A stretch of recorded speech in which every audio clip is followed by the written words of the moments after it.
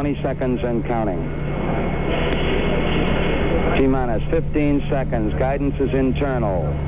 12, 11, 10, 9. Ignition sequence start. 6, 5, 4, 3, 2, 1, 0. All engine running. Liftoff. We have a liftoff. 32 minutes past the hour. Liftoff on Apollo 11. Tower cleared. Okay, we got a roll program. Neil Armstrong reporting the roll and pitch program, which puts Apollo 11 on a proper heading.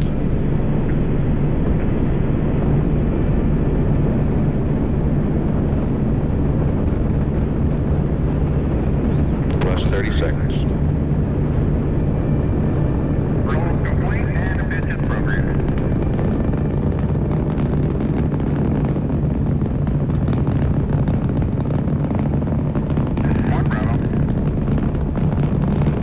One Bravo is a abort control mode.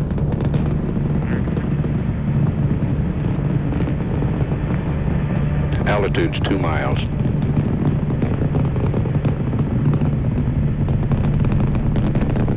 Apollo 11 Houston, you're good at 1 minute. Downrange 1 mile, altitude 4 miles now. Velocity 2,195 feet per second. We were never able to see stars from the lunar surface or on the daylight side of the moon by eye without looking through the optics. I don't recall during the period of time that we were photographing the solar corona what stars we could see. I don't remember seeing any. Neil, you were... I don't remember seeing any. Neil, you were...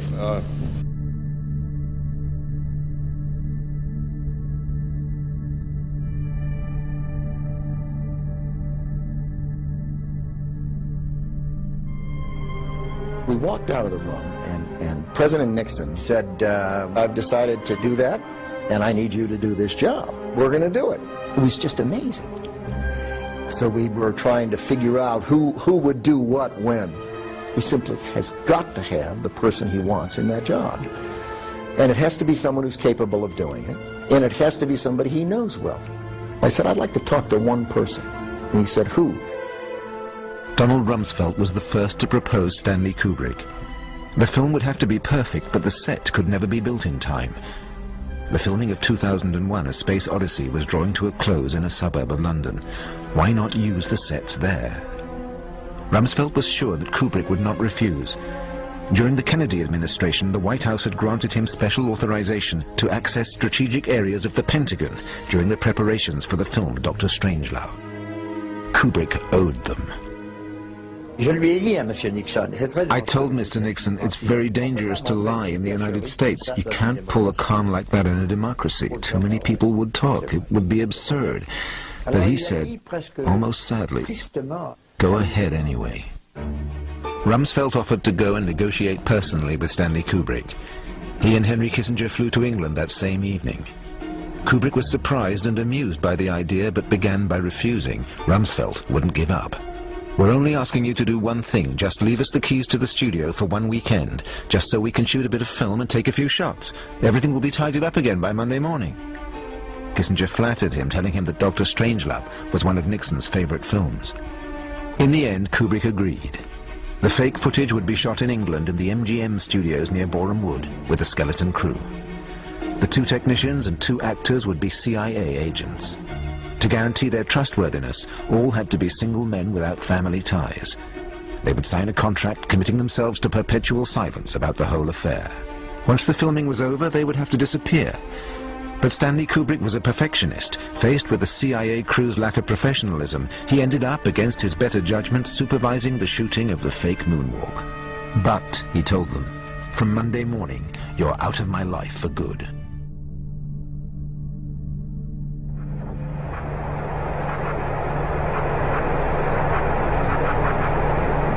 It's one small step for man, one giant leap.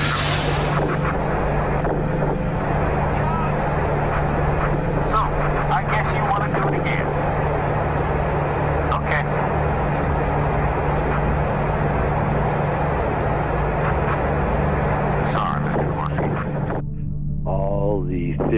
about the movie The Shining by Stanley Kubrick, and my theory, of course, is #1 featured in it, and I was reluctant when I first did it because I thought they were going to treat me shabbily, and they didn't, and the critics, however, have not treated me too well. But what's interesting about it is that not only is it playing in theaters all over the country right now, but and not only is it a decent film, although Room 237. Yeah, Room 237. Okay. Yeah. There's everyone has a different theory about The Shining. Yeah. I think my theory combines all the other theories except for what I consider to be the most ridiculous theory in the movie, which is the theory that The Shining was about the Holocaust. I mean, I fell off my chair laughing so hard when I read that one. I thought the moon landing theory at least has evidence behind it. Mm-hmm. So it's been an interesting experience and very useful for the whole getting out the truth about Stanley Kubrick, so I appreciate it. And what's interesting about it is that Stanley Kubrick's assistant, Leon Vitale, who was with him for the last 28 years of his life. He knows. He had an article, an interview in the New York Times, I believe it was not last Sunday, the Sunday before, in which I was mentioned among the theories. And he virulently denied every one of the theories, except for one, which he decided not to mention hardly at all. Which happened to be my theory. Very good. And, and you can tell more by what people don't say than what they say. Yeah. And he's ripping up the Holocaust theory. He's ripping up the, all the theories that were presented.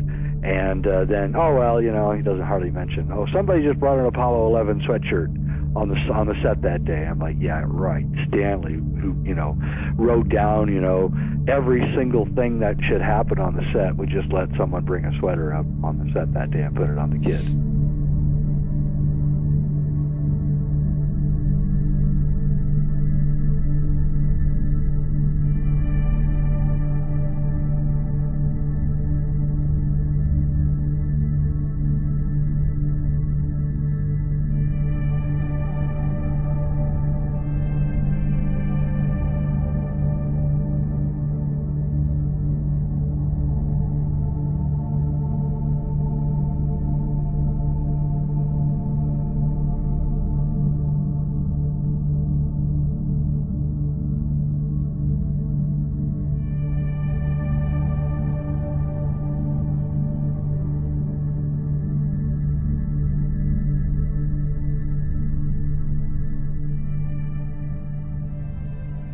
Room 237. In the book, The Shining, the room number is 217, but for the film, Kubrick changed it to 237. Here's the true reason why. The Moon, the natural satellite of Earth visible by reflection of sunlight and traveling around Earth in a slightly elliptical orbit at an average distance of about 381,600 kilometers. The American Heritage Science Dictionary. 381,600 kilometers converted to miles is 237,000. Room 237 represents the moon. Danny enters room 237, the moon room. This is where Stanley Kubrick films the Apollo 11 moon landing. You're the one who said you walked on the moon when you didn't. Calling the kettle black, if I ever thought of it. Saying I misrepresented myself. Away from me. You're a coward and a liar and a thief.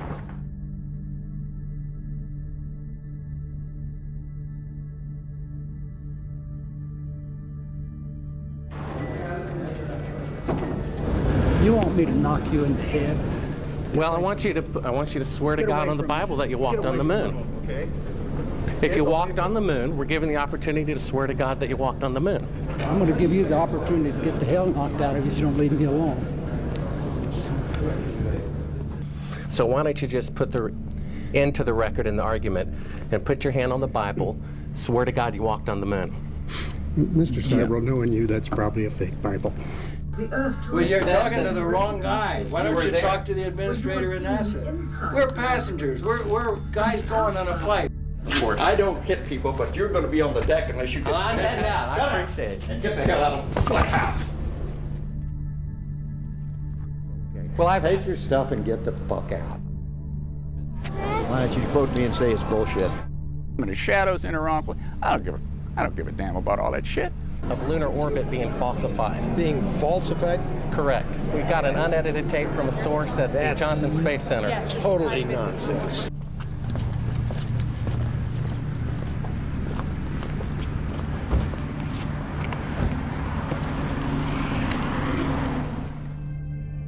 Mr. Seibel, you do not deserve answers.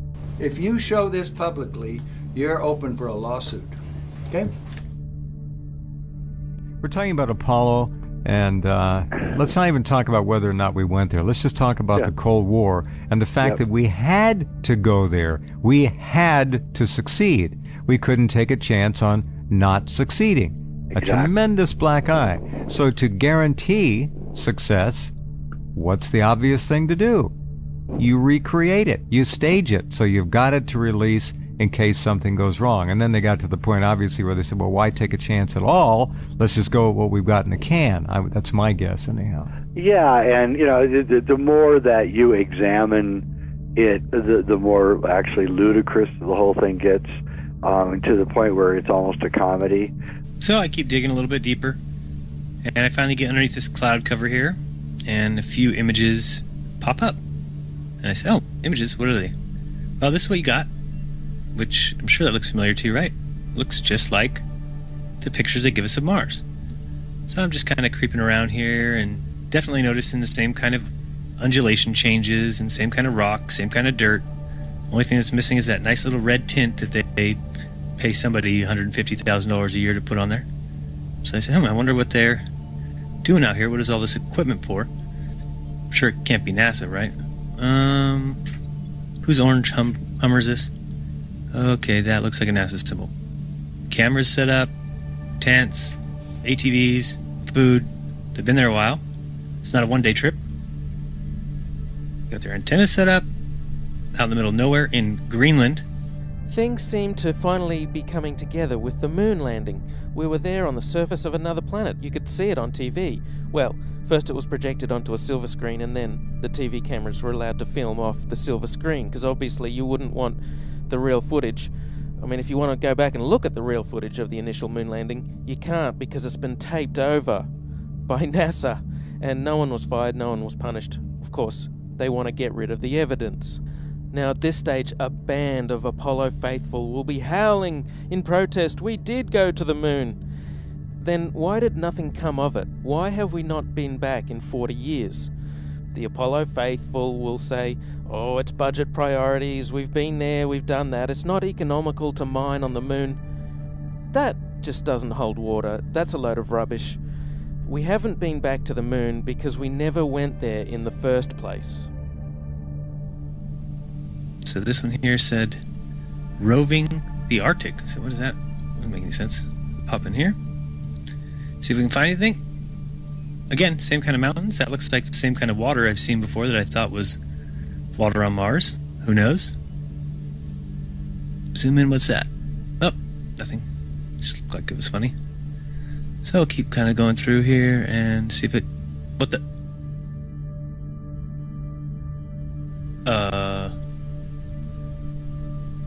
Yeah, so I think I found out where Mars is, guys.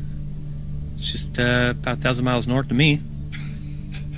Not quite the distance that NASA says, but I can't find anybody who's in charge of this. They must be hiding behind these rocks. Oh no, there they are out in front of everybody, just standing there. Lovely. Clown number 1, clown number 2, and clown number 3. He was playing with the water, with the paddles, the hydro repellent paddles. So he was bouncing the glob of water between the two paddles, and one of the community noticed that his eyes were not following the frickin' water. They were jumping into places that he had it for a little bit, and then after that, his eyes were completely out of sync with the water droplet. But when those guys were playing ping pong back and forth with the water, you'll notice that the girl always is looking above the camera.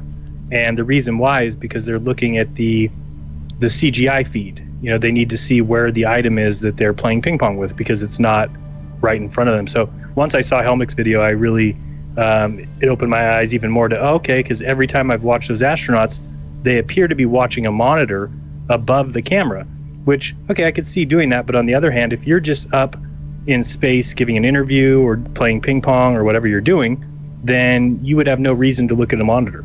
It doesn't matter. The camera's on you, you know that, so it doesn't matter what you look like. You shouldn't care about that, but they're always very concerned with that monitor. Well, that tells me why. It's when they're using props. All right, let's check out some of these other pictures. I saw another one over here. This one says Drill Hill. All right. Just go in here. Totally looks like the Mars terrain to me. Just need the red filter. Yeah, if you go look at Mars pictures, go to Gigapan or any site that has, you can even go to nasa.gov and look at all their Mars frauds. Check out those images. They're identical to these. Yeah, this is very empty here. Oh, there's one of those ATVs. All right, now we're on to something. Oh, I got another truck. Oh yeah, it says NASA. What's that say? Mars Project? This thing's just driving around taking pictures. Unbelievable. Actually, if you ask me, it's quite believable. But what do you think? Are they sending scientists up on ATVs to practice on the rover in a remote island in Greenland? I doubt that, highly. Here's another scene with Catherine Katie Coleman. Seems to be done in the suspended mode. Have a look at her hair. There's something odd about her hair. I know this is zero gravity and hair is supposed to stick out and go all over the place, but her hair doesn't really flop around naturally. It's always sticking out kind of rigidly. Maybe they permed it in that position, or perhaps they're hanging her upside down. As she shakes her head from side to side slightly, you can see the hair always springs back to a particular position with respect to her head. It should flop all over the place. Here's iJustine. She has a vlog. Her hair flows in the air, as it would, because the hair is moving through air. So it's going to flow as you bounce around. And on the International Space Station, this does not happen with the women. They do flips, they lay down, they do all kinds of things. They bounce from here to there. They pretend they're Superman.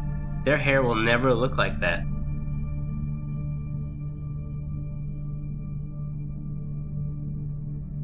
In this scene, Chris Hadfield bends down in order to adjust something, and you can see on the back of his shirt a couple of upticks on either side where you would expect wires to come in on either side of that harness in order to support it. Of course, they've computer graphicked out the supporting wires. You can't actually see them. It's a Chinese spacewalk. A bubble rises in the pool. It's complete fraud.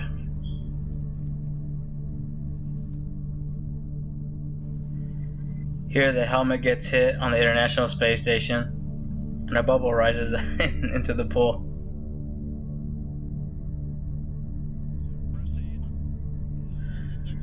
And it takes an odd trajectory because it's in a water pool. Houston, we have a problem. Space is broken. Sorry, U.S. government. I have to show them the bubble. There's the bubble in the pool that we just saw. Yep, doesn't even go in a straight line. It's in a water pool. Takes a very odd trajectory because the water is actually moving around. It's not still.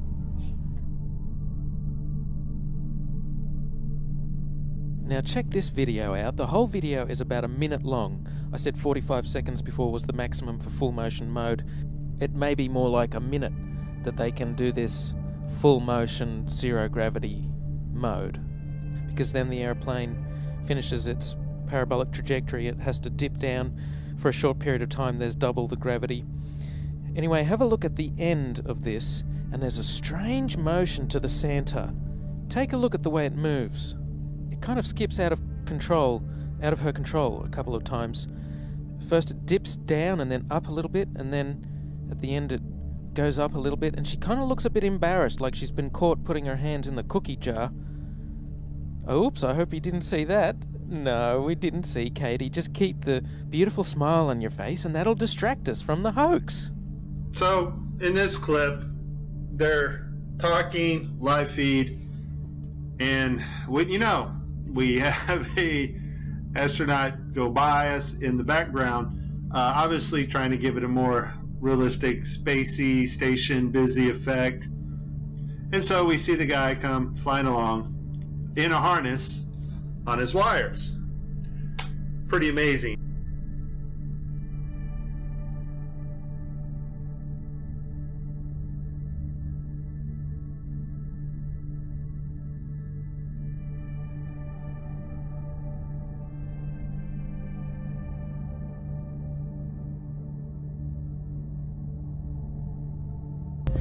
At the time of the Apollo 11 mission, Buzz Aldrin was a 32-degree Freemason. They were in good company, as many of NASA's astronauts were also Freemasons. One of the ways we promote ourselves among Masons, a reason to join, is we consider ourselves the University of Freemasonry. And the real emphasis in the Scottish Rite is on receiving more light, learn more about the history of our world. We always indulge in a few pagan rites to appease the EVA gods.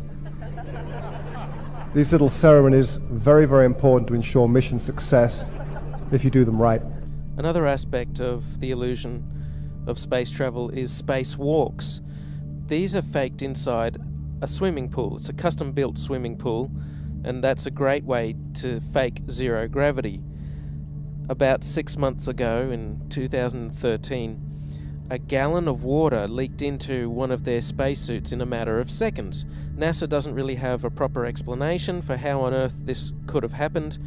There shouldn't be water leaking into someone's helmet and a person almost drowning in space. How can you drown in space? They now wear snorkels to make sure that they don't drown in space. How can this be happening? A snorkel in space? There could be some water in the porous plate sublimator. When they were on the moon, they supposedly had about a gallon of water, but that cooling system is supposed to be well away from their head. There really is no sane explanation for why a gallon of water would leak into someone's spacesuit, unless you realize the whole thing is faked inside a swimming pool, which is the faking of spacewalks in a swimming pool. In this vid, you catch a glimpse of someone wearing a scuba tank. Scuba tanks in space? Snorkels and scuba tanks in space? They act like a spacewalk is just a walk in the park, like there's very little danger involved at all. And then they also pretend that it travels in all the same trajectory, and this thing just scoops everything up. And then it has a claw that can grab big pieces of space debris, and then little pieces of space debris get caught on the sides by panels. Of course, there's no in-between. Do they catch the middle-sized pieces of space debris with the box?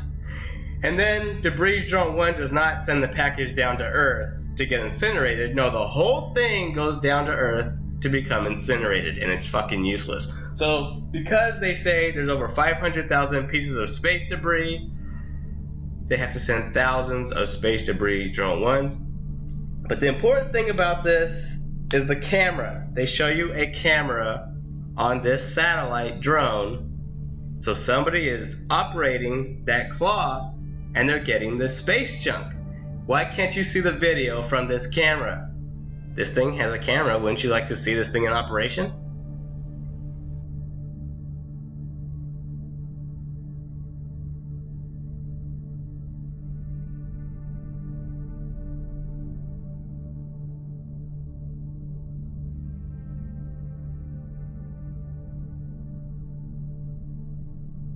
Here's a beautiful detailed image from that model. You can see that huge swirl of clouds between Australia and Africa, and there it is on the model. And the crazy thing about this is when you type Earth from space in the image search, Earth from space, not NASA composite computer model of the Earth, literally Earth from space, which means you want to see pictures of the Earth from space in an image search, these images will come up over and over and over again. And the sick thing is, they show this model in documentaries about space. They show this to you. The same model with the same clouds. They don't even change it. Here's a picture of Jupiter and the Earth. It's not a real picture, it's an illustration. But see, it's the Apollo 17 image of Earth. It's over 40 years old, and they still use it for illustrations in modern times. Here's another image that somebody put together, and they used the Apollo 17 image of Earth from space, which you've been seeing literally your entire life over and over and over again. And your kids, as they go to school, they see this image in their science books. There it is, used again. In modern times, it's over 40 years old. It's going to be 50 years old soon. How do you brainwash?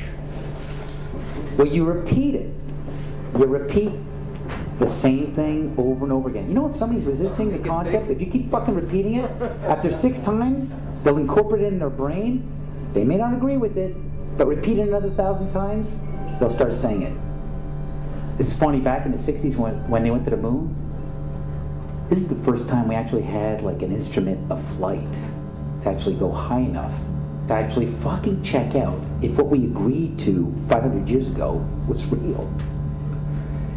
So if they were wrong after 500 years, the question is, would they tell you? Bouncing, obviously, you know, with something's helping him a little bit, right? Lifting up just a little bit higher. I know the footage. Yeah, as he artfully goes behind a small rock, all of a sudden he takes this huge leap, right? And there's a trampoline on the other side of that rock. That's what's going on there. So Kubrick is using wires, he's using trampolines, he's using slow motion, he's using anything he can to put forth the effect. Here's like a perfect example of them landing on the moon. I mean, it's proof right there. This is an official NASA photo of the first Apollo 11 lunar module landing on the moon. I mean, it's right there. This is proof, man. It's the picture's right there. It's landing on the moon. But the only problem I have with this picture is that it's taken from the moon. I don't know what the big deal was with being the first guy on the moon. It seems the camera crew was already there. A warning about a cult of pedophiles. He was trying to warn. Yes. It starts with Lolita. Oh, yeah. Yeah, and it goes all the way through to Eyes Wide Shut. It's constantly trying to warn us that there's a cult of people trying to take our children. It's the cult, and it's here. It is the cult. Oh, yeah. Yeah, and they're at work, and they're not going to stop. They're relentless. Oh, no. And they've got less to fear now than they ever had. They own the judges, they own the courts, they own everything. They are on the literally final switch. That's right. From there, that point of view I've never seen, and it's funny when you click on Google Images, photo of the Earth, keep going, because this is realistic. But you'll see 40 pages on Google, but it's always the same fucking photo. It's the same photo. They just changed the contrast. Check it out, keep going. Oh yeah, boom, boom, boom, 40 pages. Look closely. It's always the same. Oh, what is that? I guess this is a photo of the Hubble telescope taking a picture of itself. Unbelievable. Unbelievable. That's an authentic photo of the Hubble telescope out there doing its job. Isn't that amazing how they could take a photo of the thing taking photos? Out in outer space. Unbelievable. This is a moon they discovered off of Mars. Opipapa. And if you do a close-up on it, you see all the craters and the texture of the moon on my shirt. There it is. It's just that. It's just a bunch of paint. Next image. And they actually came up with a new term for it. It's a collisionary supernova. Unbelievable that they actually caught this. If you get a zoom in on this, there's a zoom in that Hubble did on this. These are actual fucking suns being formed. Unbelievable. Look at this. All these fucking suns. Can we get another? Keep going. And they're being formed on a Christmas tree. Yeah, and this all results from, the early 50s when they studied in the MK Ultra programs. And they were studying how to influence people and how to get them to do what they want you to do. And, and that's when it began. It began with, in the early 50s and reached the turning point in the 90s. And now we're in this place where they're going to start enacting the most absurd things, and we're not going to be able to stop them. And for sure, they're going to come and take the guns. And to me, it looks like a fait accompli. It's coming. It may not be next year, but it's coming. We're all going to be outlaws. Anyone with a gun is going to be an outlaw very soon. Sure. And we have to decide what that means.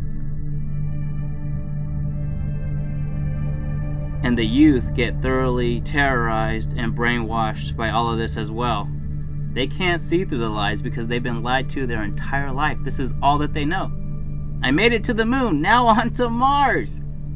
And she's kind of famous now when it comes to NASA. This 13-year-old wants to be the first person to live on Mars.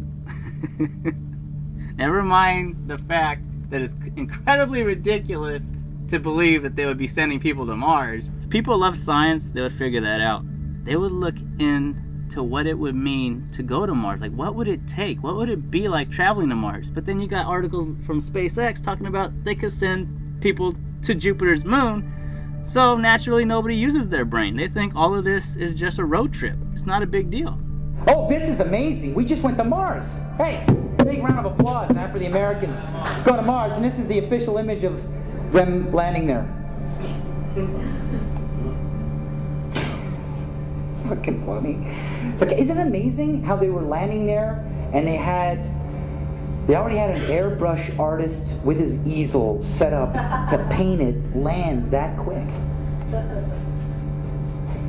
It's like unbelievable.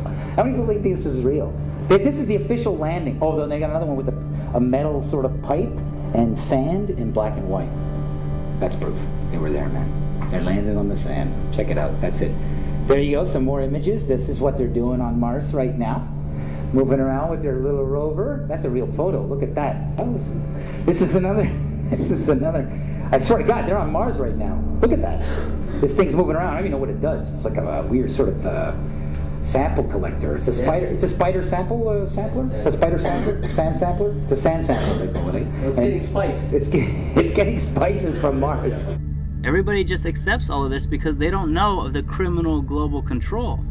They can't question this. They don't know that there's anything wrong. If you're in a vacuum, wouldn't you balloon? You have the vacuum of space pulling on your spacesuit. They show you videos of where you can put your hand into gloves in a vacuum chamber and see how hard it is to articulate the fingers and move your hands in these gloves. Yet they do spacewalks in space all day long and they have no trouble handling tools, handling small pieces with these gloves. They have the vacuum of space pulling their fingers apart. No, they have no trouble at all. In real life, they would actually be doing training for spacewalks also in a vacuum. Why don't they put people in a vacuum here on Earth? Is it because it's dangerous? If you're expecting these people to go into outer space, which is the most hostile environment imaginable, because you got space debris traveling at 17,500 miles an hour orbiting the Earth that can kill you. Doesn't matter what size it is. It could be smaller than a grain of sand. If it flies through your fucking body, you're dead. And they talk about micrometeorites. They talk about damage that's done to the International Space Station. This stuff is supposed to be traveling at incredible speeds. If it hits you, you're dead.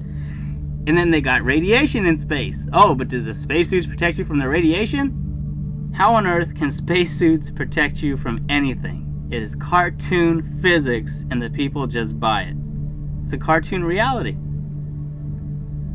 They want you to believe you can do that in a vacuum. You can hold power tools like that and work on a space station that needs maintenance on the outside while the vacuum of space is pulling your hand apart.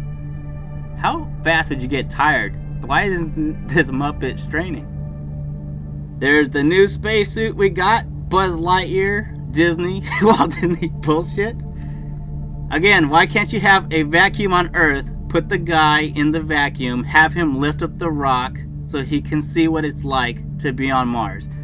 If you need to simulate 0G, put this guy on harnesses, but let him experience the vacuum. Let him pick up the rock in the vacuum. Those videos would exist in real life if this was real science. They would actually be doing that. It wouldn't just be spacewalks are done in water tanks for training. That's fucking ludicrous.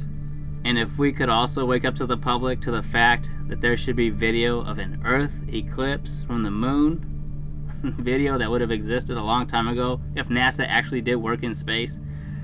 Well, NASA would magically put fake video out there because they can't cover all their bases and they don't want people waking up to their fraud.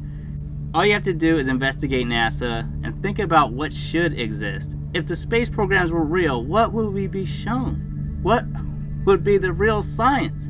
Wouldn't they test the satellite technology in a vacuum? Wouldn't we have those videos? When you are supposed to believe that countries all over the world have their own satellites. Of course, if satellites were the size of school buses back in the 70s and they evolved all the way down to CubeSat satellites that could fit in the palm of your hand, of course you would have those videos. Of course you would see those test videos. But no, you got nothing. Where are the videos of a vacuum chamber and some technology whizzing around on a string showing that the satellites can be propelled in a vacuum? Doesn't exist from any country, anywhere. It's all cartoon bullshit. You have to question what you were told and you have to look into things because you're being lied to every single day, and the fraud of our criminal global controllers is pretty disgusting. It needs to be exposed.